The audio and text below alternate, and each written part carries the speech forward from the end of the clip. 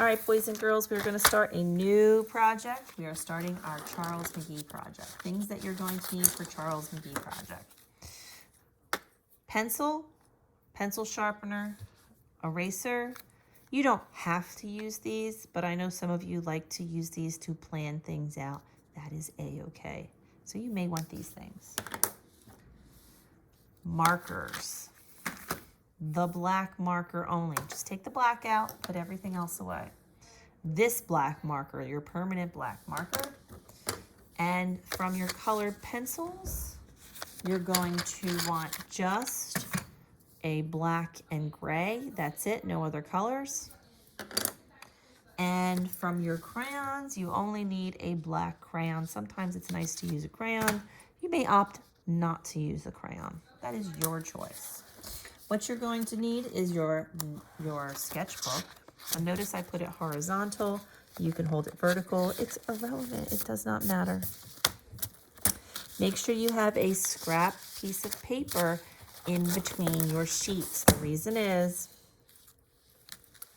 a lot of times, especially if you use this marker, it will bleed. So the first thing I'm going to do, actually I'm not going to use the marker first. I'm going to start thinking about dividing my paper. We're going to make 3 sheets of paper with patterns.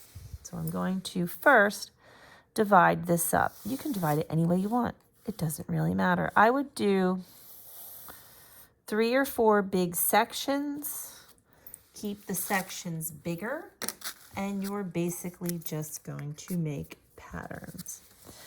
For example, I can do a line pattern.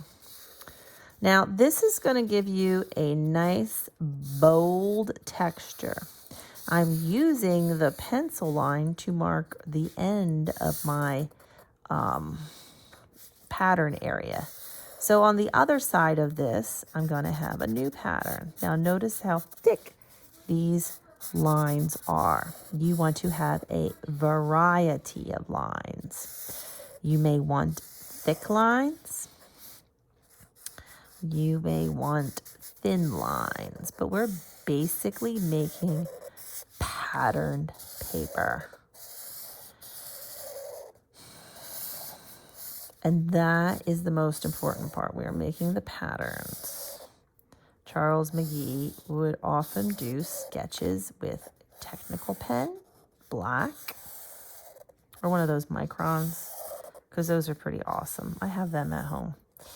And he would fill in bigger spaces with other pens. Most of his work, especially his later work, meaning work towards the end of his career, he used a lot of black and white, and it was very bold. All right, I'm going to fill in 2 more patterns.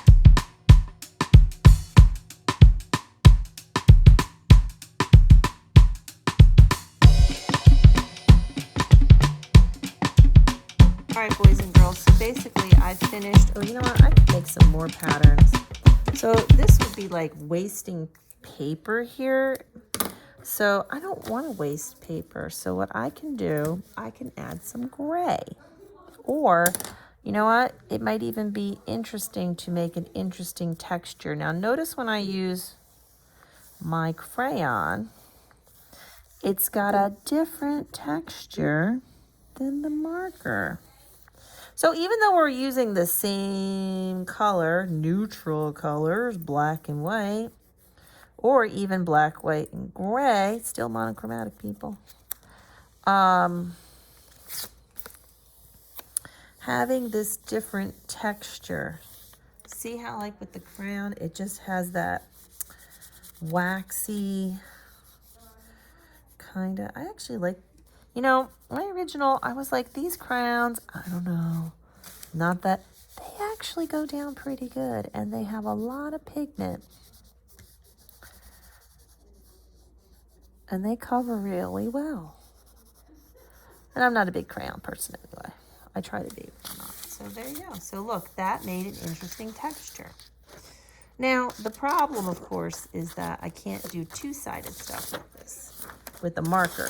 So I have some stuff down. That's pretty cool. You could also go back and section some of this and perhaps put some gray. Remember, I told you we brought this gray pencil down. You can go right over the black.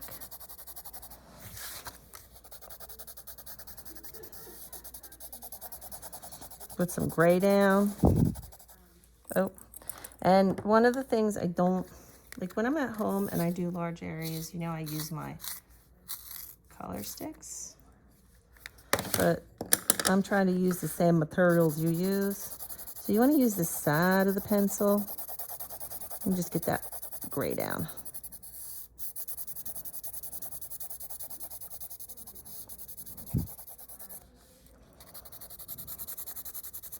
So now I have some different stuff going on here. I'm adding some different values. We are going to do this on 2 more pieces of paper. So one piece is going to end up being our background, and the other pieces you'll see we're going to do some interesting stuff with it next week.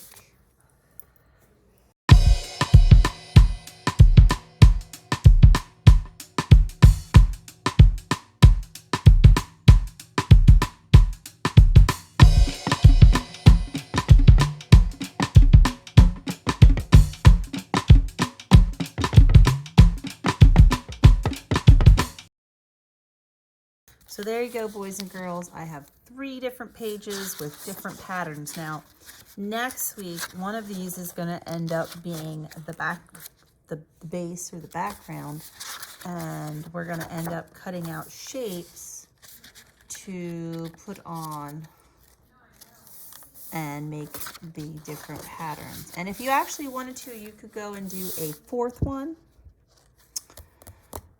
I may end up doing that. I actually would like to do one that is just black. So what I wanted to do, you can use either, unfortunately, if you don't have construction paper, if for some reason you have construction paper and you want to have a black sheet of paper, that would be great. But I just want one sheet that is black. And this, for me, is going to be my background. Now, you may want to do your sculpture on and notice I'm using this side of this. I could just as easily use my crayon. It actually might come out, oh, I like that, it's darker. So I want to get some color down so that I have a nice dark sheet of paper. Doesn't even have to be perfect. I kind of like this texture. Remember, oh, texture, element of art. The way something feels or looks like it feels. Everybody should know that, right? So because the paper is textured, you're going to see all these bumps. It is not smooth, but it does have an interesting texture. So that's going to be the last sheet that I'm going to do. So now I'm up to 4. So I would like you to have at least a minimum of 3 pattern sheets. But if you want to go ahead and do the 4th as just black or gray would work. If you have a gray crayon or you want to use your colored pencil and just make the whole page gray instead of black, you could do that, and that would be pretty awesome. So at this point, I'm going to put my papers, I'm going to leave them in my sketch pad. Why, you may ask? Well, so that they're here for next week. So next week when I go to do my artwork, I have all of my materials in one place. I'm going to go ahead and put away my art supplies. Make sure you put things back. So I'm still keeping my crayons in my crayon box. I'm still keeping my colored pencils in my colored pencil box. If you have a pencil case or some kind of a box for your materials, all the better.